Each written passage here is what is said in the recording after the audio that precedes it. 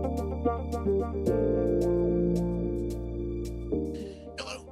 Bart Ganser from City here. Today's workshop, Variations of Hybrid Instruction.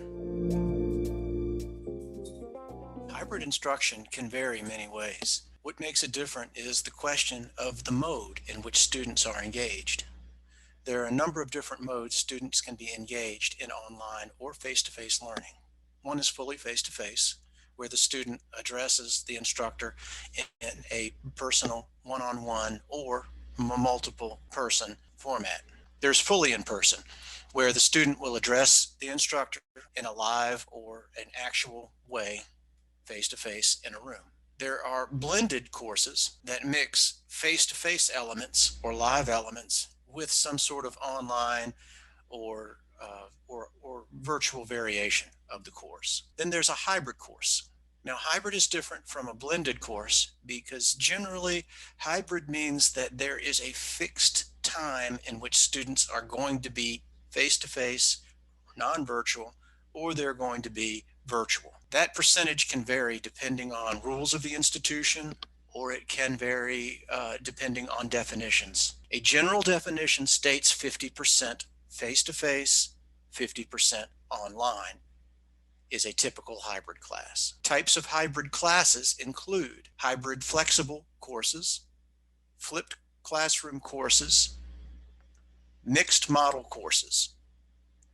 We will discuss each of these three in a few minutes. But finally, let me address the final mode, fully online. Fully online courses are when people are completely engaged, or students are completely engaged in an online mode, and there is no synchronous face-to-face element involved. If you look to the right, we have an infographic that can help you distinguish the types of course models. And as you can see, there's a where, a when, and a how that is designated. Where, whether it's live, brick and mortar, or whether it's done in a virtual mode, your time, whether it's synchronous or asynchronous, and the how it's given, whether it's on site in the classroom or through some mobile technology, which can be synchronous or asynchronous. You can see how the combinations can create different models. So a fully in-person would be bricks and mortar at a certain time with students there. Blended, both. You know, it's a bricks and mortar with the time. However, it's got another side to it, which is students can be virtual as well. And so on and so forth with hybrid, HyFlex, and fully online. Let's drill down specifically to the hybrid, the HyFlex, and the fully online models. Within your hybrid courses, which is what we want to focus on here, there are really three types of models that you can work from to develop. The first of which we'll call the flipped classroom model. This basically includes a mix of interactions with your students that go from face-to-face to completely online. And the reason that this is called a flipped model is because it mirrors the flipped model classroom method, which is done face-to-face, in that students are required to learn content before they come into the classroom. Then they come to the classroom and they're engaging the content in the classroom. Same thing with this hybrid model. With the flipped classroom hybrid model, students go online to engage content, and then they use their face-to-face sessions or their synchronous sessions to be able to engage with the material. The Hyperflex model courses are really designed for access for your students. They include two different pathways for education. These pathways can include your students being able to engage fully online with the class material, or able to engage in a face-to-face way. In other words, your course is designed so that on day one, when your students come in, they can make the decision to either go fully online with your course as it is, or to come fully face-to-face with the course as it is. That is a very traditional definition of the HyFlex course. There are some variations of that. Some HyFlex courses are structured so that the students will have an option at any given week to be able to go online or face-to-face, given the student's needs. So for instance, if a student, say, is traveling, doesn't want to miss course for a week, they're able to access courses online, and then when they return, they prefer to be on synchronously face-to-face, they can return synchronously face-to-face. Then there's the mixed model. Mixed model is anything that you can come up with mixing these or other modes of hybrid learning. The bottom line is you have unique needs for your teaching, you have unique needs for your discipline, you have unique needs for the context of your teaching, as we learned last spring. So in order for you to best put together the circumstances for your students to learn, you may need to mix different methods together. So using different ideas from some of these models could be something that helps you and is good for your beneficial for your students. Let's look at some elements within your hybrid model. The first one is the face-to-face element, where instructors lecture and facilitate class discussions synchronously with students. The students complete online assignments based on classroom activities that they do or what is told to them in the classroom. This is fully synchronous, this is fully face-to-face. Next, we move to the online lecture, or the flipped model that we just discussed on hybrid learning. Here, the instructor places lectures online during screencasts or other streaming media for students to review, and then students use these materials to engage in face-to-face activities. So, as we mentioned, the content is learned beforehand and brought to class.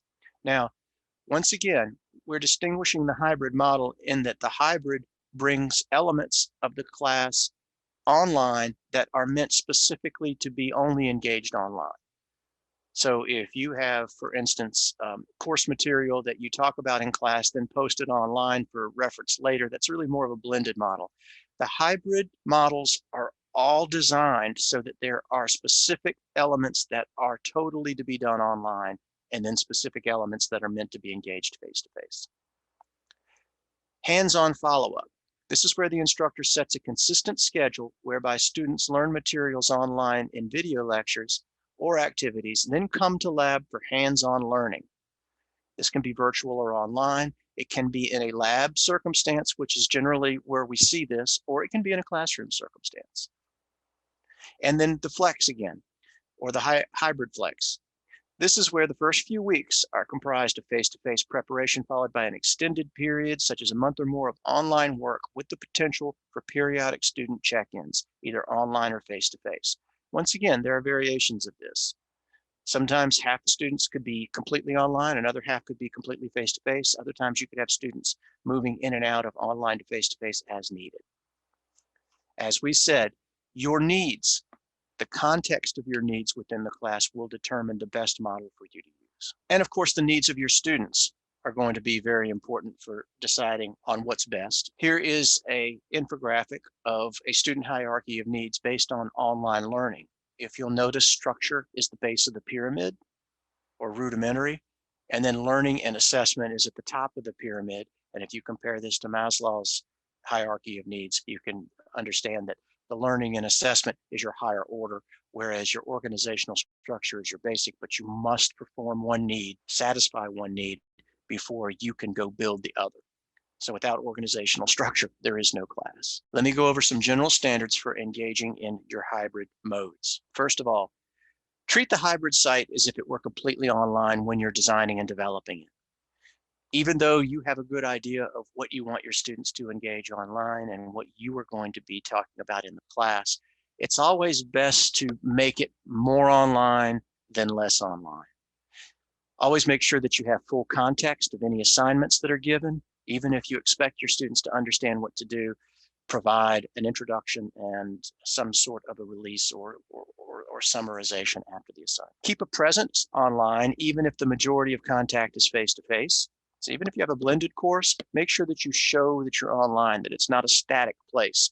If nobody goes there, the students aren't going to go there. If you're showing your presence there regularly, the students will go. Anything will work for this, using online office hours. If they have to register for office hours by going to the Canvas class, for instance, that's something that takes them to the site and also engages them with the site. Supply a welcome message. Updates. They know that that's the good place to go for updates, then they'll go there. Make sure you provide online feedback separate from classroom feedback. Encourage community with group projects and activities. A group project is an excellent way for students to engage with the online element of the class. They have to go there in order to join their groups. And if you also supply some different discussion forums or engagement forums within the group, then this is something that can also build that that sense of community and the engagement and interaction within the course shell. Create a place for student technical needs or questions. This is a good way to start interaction on the online side of the course and let students know that there's an online as well as there's a face-to-face. So you may do the introduction face-to-face in class for a hybrid course, but when your students go online, have them do a separate introduction, even if it's just within that certain class, to make sure that they're going through the course material, to make sure that they don't have questions about how to access the course. Let's look at some essentials for engaging students in hybrid modes. First of all, with the flipped model, some things to consider. Modules should have a clear path of communicating their relevance. So when students are asked to go into this flipped model of a hybrid course, they're going to get content, and they're going to probably get a lot of reading, a lot of things that they have to interact with. Make sure they understand the purpose of it. Make sure they have an understanding of why they're reading something and where that reading will come to play. For instance, you're going to have a discussion the next day in class.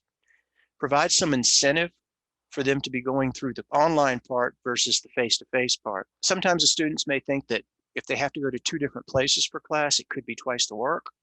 That's not really the case. You would do it all anyway in a face-to-face model or a fully online model. Provide some incentive for them finishing things. Let them know that their time was well used and that they're going to be, and that the material is going to be something that's important for them down the line.